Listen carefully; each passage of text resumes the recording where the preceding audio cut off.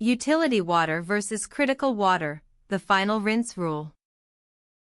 Utility water laban sa critical water, ang panuntunan sa huling pagbabanlaw. Theory.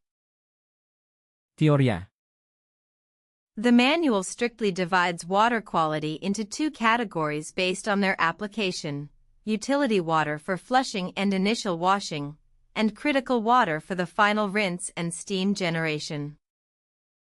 Mahigpit na hinahati ng manual ang kalidad ng tubig sa dalawang kategorya batay sa aplikasyon nito: utility water para sa pag-flush at paunang paghuhugas, at critical water para sa huling pagbabanlaw at pagbuo ng singaw.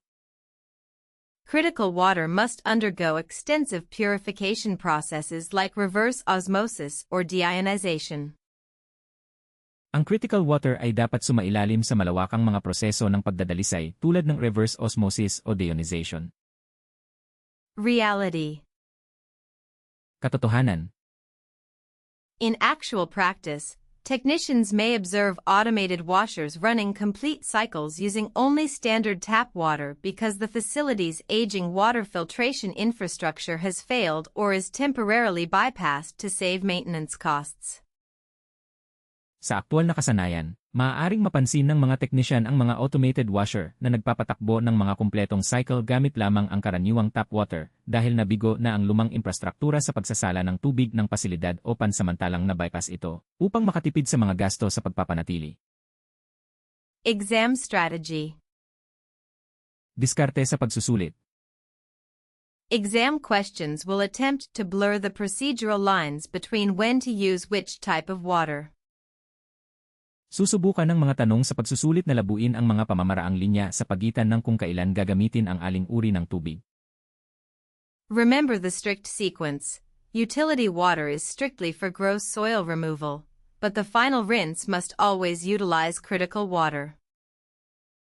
Tandaan ang mahigpit na pagkakasunod-sunod. Ang utility water ay mahigpit na para sa malawakang pag-alis ng dumi, ngunit ang huling pagbabanlaw ay dapat palaging gumamit ng critical water.